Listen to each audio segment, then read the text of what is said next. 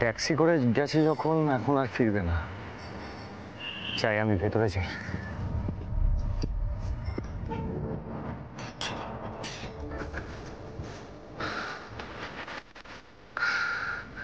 আমার মন বলছে ভেতরে কোনো না কোনো প্রমাণ ডেফিনেটলি পাওয়া যাবে।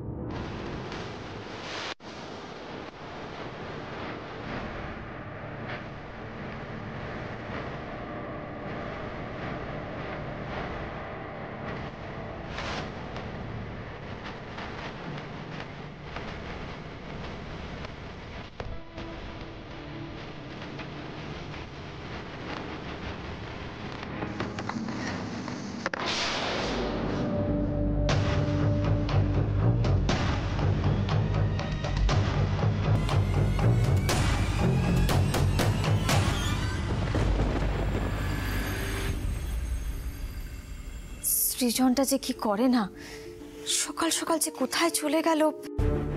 ওর বাবা, আমার কাছে তো ফোনটাও নেই যে ওকে ফোন করব, ফোনটাকে অফ করে রেখেছি। দেখি কাউকে বরং একটা বলি ফোন করতে। ও বাবা, আপনি? বলছি বাবা, আজকে কিন্তু মা ওই চুষি পিঠে বানিয়েছে, আপনি খেয়েছেন তো? হ্যাঁ, আমি খেয়েছি। শোনো না পর্ণা, বলছি যে কাল রাতে দেখলাম সৃজন ঘরের সামনে ঘুরঘুর করছে। তা আমি ওকে গিয়ে বললাম যে ছটফট করিস না, তুই আর পর্ণা ওই লোকটাকে খুঁজে বের কর, যে তোমার নামে বদনাম করার জন্য উঠে পড়ে লেগেছে। আমি ওকে বললাম যে তুই ঘরে বসে থাকবি আর সেই শত্রু এসে বাড়িতে ধরা দেবে, এমন তো হতে পারে না। তাই বললাম যে চোখ কান খোলা রাখ, চোখ কান খোলা রেখে খোঁজ খবর কর। বলছি যে মানে তোমার কি মনে হয় কে এই কাজ করতে পারে? কাউকে তোমার সন্দেহ হয়? নিশ্চয়ই এর পিছনে এমন একজন কেউ আছে যে দাদা দিদিকে শিখিয়ে দিয়েছে কি করে ল্যাপটপ থেকে ছবি সরাতে হয় আর এই পুরো প্রসিডিওরটা কিভাবে করতে হয়। কিন্তু সে কে? ঈশা। সর্বনাশ! সৃজন কি তাহলে ঈশার বাড়ি গেছে? ঈশা যদি ওকে একবার ধরে ফেলে তাহলে তো বিরাট বড় একটা বিপদ হয়ে যাবে। ঈশা এমন একটা অভিযোগ আনবে ওর বিরুদ্ধে যে ওর জেলে যাওয়া আমরা কিছুতেই আটকাতে পারবো না। এই যোগ্যতা এই কি করলো সৃজন?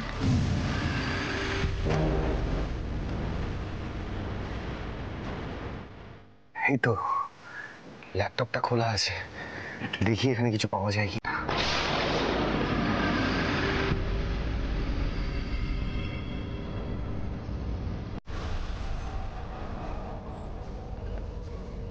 দূর বাবা, এই জন্য না আমি তাড়াহুড়ো করি না।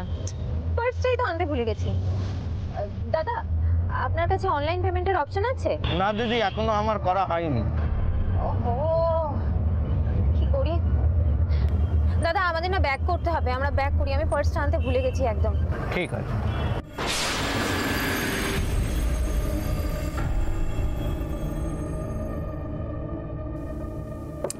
তোর এখানে তো কিছুই নেই।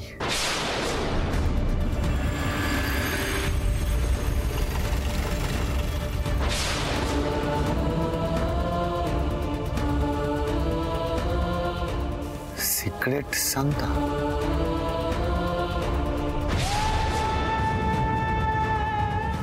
দেখি তো খুলে।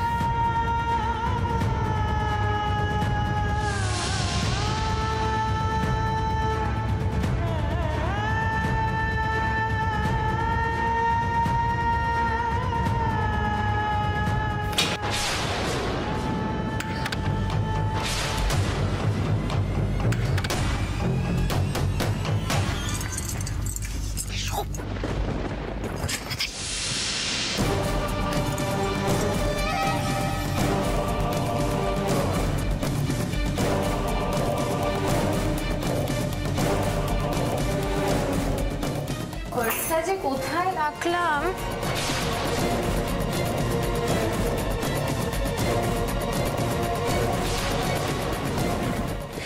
উফ, পেয়েছি। দেখেছো, এই জন্য আমি তাড়াহুড়ো করি না। ল্যাপটপটাও শাটডাউন করিনি। যাকে যা হয়েছে ভালোর জন্য হয়েছে বাবা।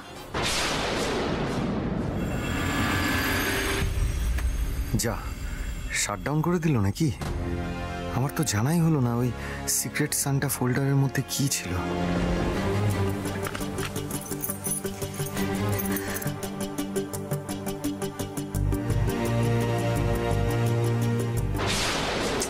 দেখেছো জানলাটাও খুলে রেখে চলে গেছি।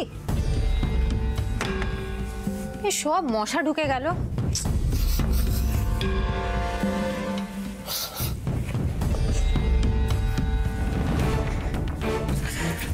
ও এত মশা ঢুকে গেল চারিদিকে।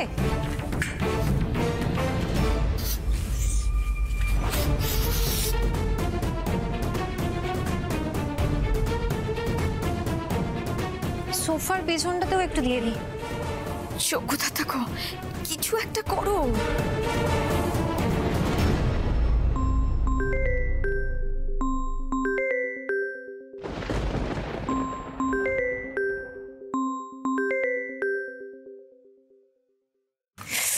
এই রে লেট হয়ে গেল।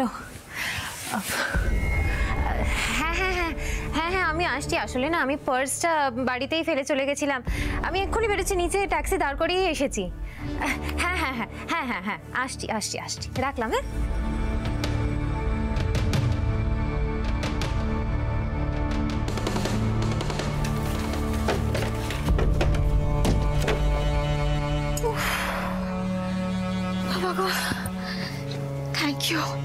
থ্যাংক ইউ যোগ্যতা, খুব বাঁচান বেঁচে গেছি।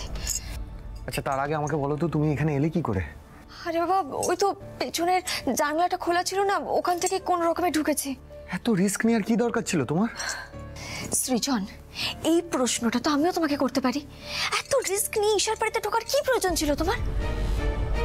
কাল রাতে তোমার সঙ্গে কথা বলে বুঝতে পেরেছি এই সব কিছুর পেছনে ঈশা আছে। ঈশাই তোমাকে ফাঁসাতে চাইছে, তাই ওর ঘরে লুকিয়ে ঢুকে আমি প্রমাণ জোগাড় করতে এসেছিলাম। একজন প্রকৃত পুরুষ হিসেবে তার স্ত্রীকে রক্ষা করতে এসেছিলাম, আর তার জন্য আমি বেশ হয়েছে, একদম ঠিক হয়েছে। প্রকৃত পুরুষ সিংহ এসেছে আমার। এই শোনো, আমি যদি এখন ঠিক সময় না আসতাম না, তোমার ঠিকানা কোথায় হতো জানো? লোকাল থানায়। যাকে কথা না বাড়িয়ে তাড়াতাড়ি চলে এখান থেকে। সব ঢাল নেই, তরোয়াল নেই, নিধিরাম সর্দার। সত্যি সৃজন, কাল রাত্রিবেলা যেই তুমি আর আমি মিলে ঈশাকে সন্দেহ করলাম, তুমি আজ সকালবেলা ঘুম থেকে উঠে আমাকে কিছু না জানিয়ে একা একা চলে এলে ঈশার বাড়ি। আচ্ছা সৃজন, প্রমাণ জোগাড় করা কি এতটাই সহজ? দেখো তুমি অকারণে কিন্তু আমার সাথে এভাবে কথা বলতে পারো না।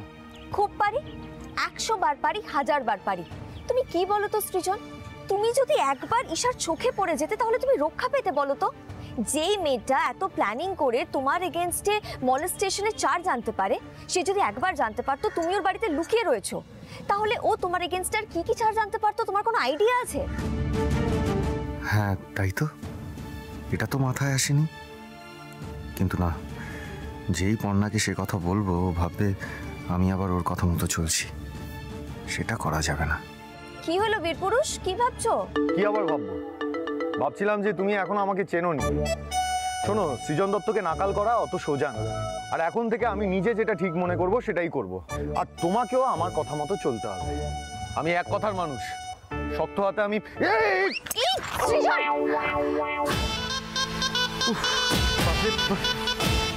হলো তো হলো, বড় এসেছে হিরো হতে। রাস্তা দিয়ে হাঁটতে গিয়ে কলার খোসা স্লিপ করে পড়ে যাচ্ছ, আবার মুখে বড় বড় কথা।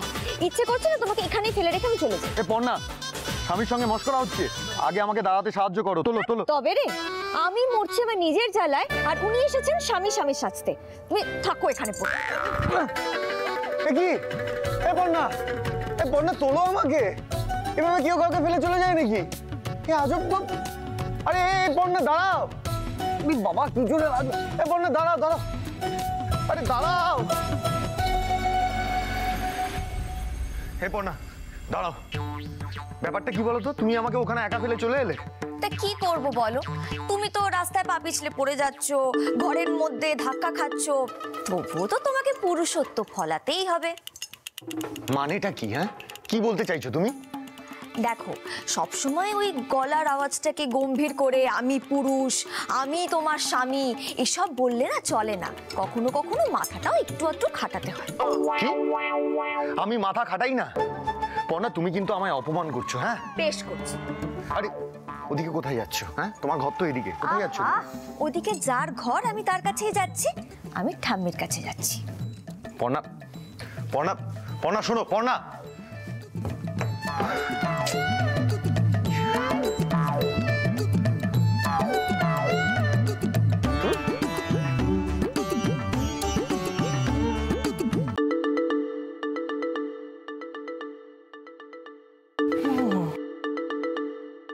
তার মানে বাবুও গিয়েছিল পর্ণার পিছু পিছু।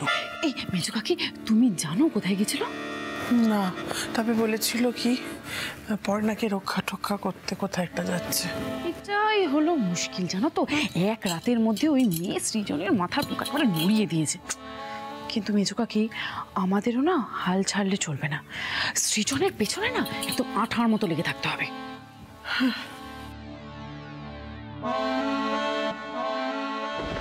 ব্যাপারটা কি? মুখটা খুব খুশি খুশি মনে হচ্ছে।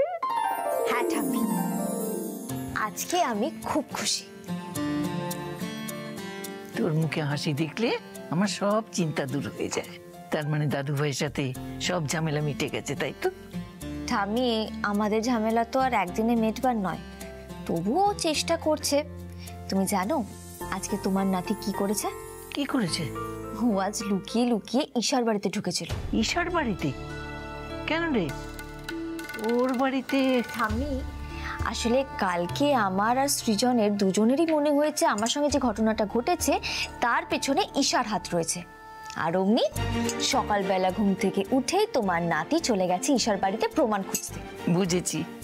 তাহলে দেখেছিস তো, আমি বলেছিলাম না আমার নাতি মুখে অনেক কথাই বলে, কিন্তু বড্ড ছেলে মানুষ। মনে মনে তোকে খুব ভালোবাসে। তোকে কিন্তু ওকে গড়ে পিটে নিতে হবে। নেব তো ঠাম্মি, ওর ভালোবাসাই যে আমার সব থেকে বড় সাপোর্ট। তুমি দেখো, ওর ভালোবাসা দিয়েই আমি ওকে বদলে ফেলবো। আমার জন্য, ও নিজের জন্য, আমাদের সম্পর্কের জন্য। চিরকাল এরকমই থাকিস দিদি ভাই, এই সাহসটাই বজায় রাখবি। আর আমি বলছি, দেখবি তোদের দুজনকে কেউ কোনোদিন আলাদা করতে পারবে না।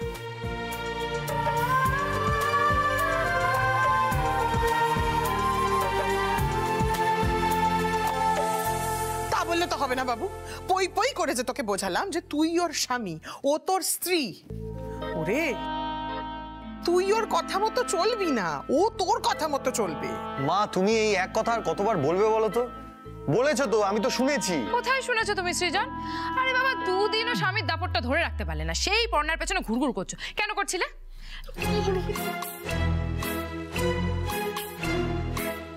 বড় বৌদি আমায় পর্ণার বিরুদ্ধে উস্কাতে চাইছে, এটা আমার কাছে ক্লিয়ার। কিন্তু না, এখন কাউকেই কিছু বুঝতে দেয়া যাবে না।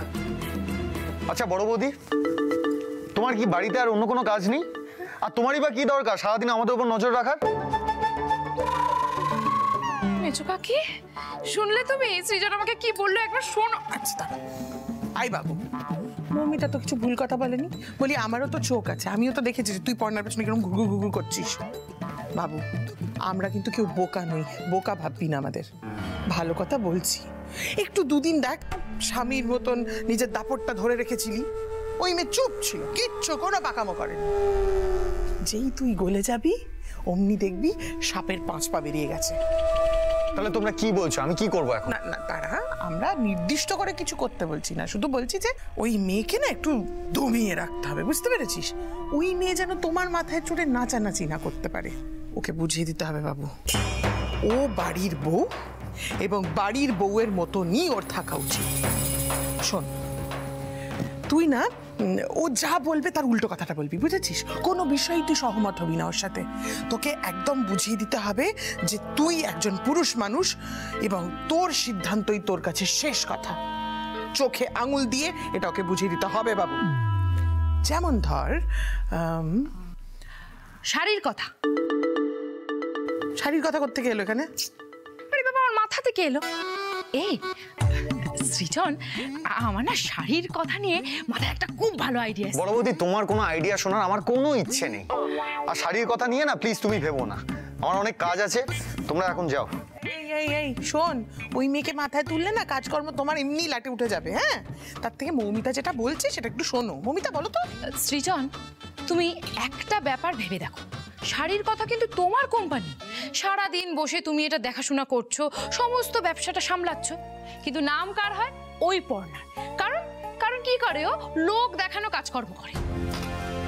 না বড় বৌদি, পর্ণা যা করে শাড়ির কথার ভালোর জন্যই করে। না বাবু, পর্ণা যা করে সেটা শুধুমাত্র পর্ণার ভালোর জন্য করে। এইটাই তো তখন থেকে তোকে বোঝানোর চেষ্টা করছি। আরে বাবা, তুই পুরুষ মানুষ, তুই সেটা একটু ওকে বুঝিয়ে দে যে ওর জায়গাটা কোথায়, তোর জায়গাটা কোথায়।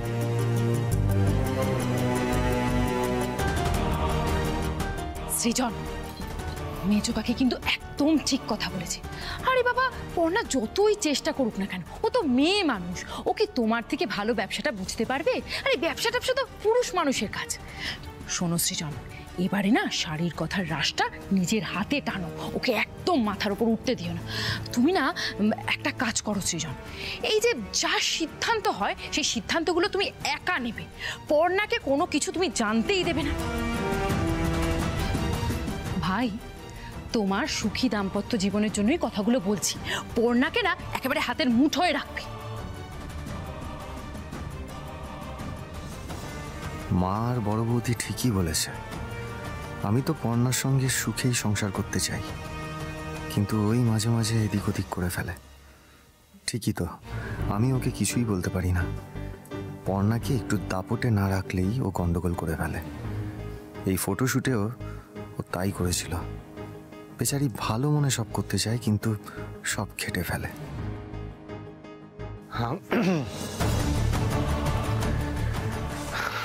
তোমরা একদম চিন্তা করো না, এখন থেকে আমি পর্ণাকে একদম শক্ত হাতে সামলাবো। হ্যাঁ,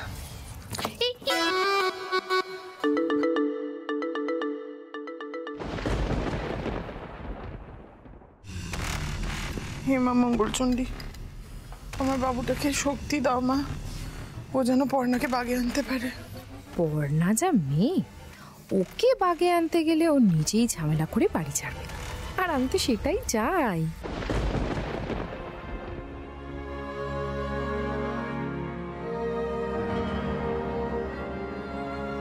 আমি বুঝতে পারছি না এই গিটারটা সকাল থেকে কি হচ্ছে, এই স্ট্রিংটাই কেন প্রবলেম করছে। পিকলুকে হাসতে না দেখলে না আমার একদম ভাল লাগে না। ও তো নিশ্চয়ই গিটারের স্ট্রিং কিনতে বেরোবে, তার আগেই আমি কিনে নিয়ে ওকে দিয়ে আসবো। ও খুশি হবে, সারপ্রাইজও পাবে, আর আমাদের ঝামেলাটাও একটু হলে কমবে।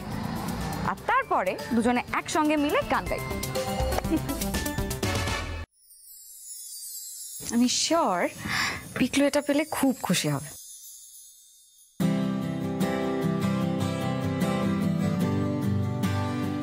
এটা তো গিটারের আওয়াজ, আমি এটা দেওয়ার আগেই ও কিনে ফেলেছে নিজেই। যাই হোক, এটা দিলে এক্সট্রা একটা থাকবে, আমি এনেছি জানলে খুশি তো হবে।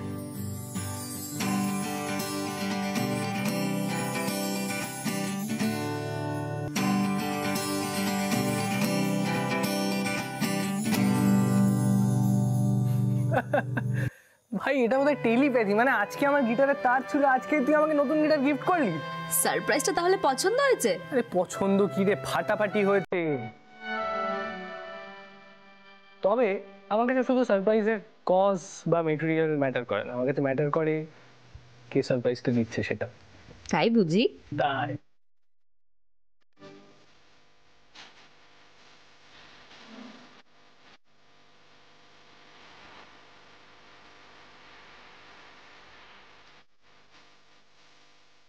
পিকলুকে জিনিয়ার সাথে দেখলেই আমার কেন এত কষ্ট হচ্ছে। জিনিয়া যদি পিকলুকে গিটার দিয়েও থাকে তাতে আমার কেন সমস্যা হচ্ছে আমি বুঝতে পারছি না। খুব খুব কষ্ট হচ্ছে। শুধু এইটুকু বুঝতে পারছি তুমি ভুল বলেছো বৌদি ভাই, আমার আর পিকলুর মধ্যে দূরত্ব কোনো দিনও মিটবে না গো, কারণ আমাদের মধ্যে যে অন্য কেউ এসে পড়েছে।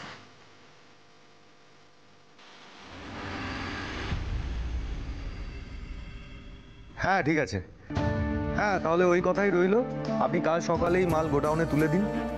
আচ্ছা আচ্ছা, হ্যাঁ ঠিক আছে, বাকি কথা আমি ফোনে বলে নিচ্ছি। ওকে সৃজন, কোন গোডাউনের কথা হচ্ছে গো? আমাদের গোডাউনের? খুব স্বাভাবিক, আমি নিশ্চয়ই অন্য গোডাউনে মাল তোলার কথা বলবো না।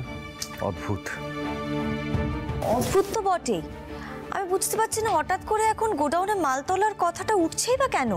আর যদি এমন কোনো ঘটনা ঘটেও থাকে সেটা আমি জানি না কেন। সৃজন, তুমি কোন ডিলারের সাথে কথা বলছো, কি নিয়ে কথা বলছো সেটা জানার অধিকার তো আমারও আছে।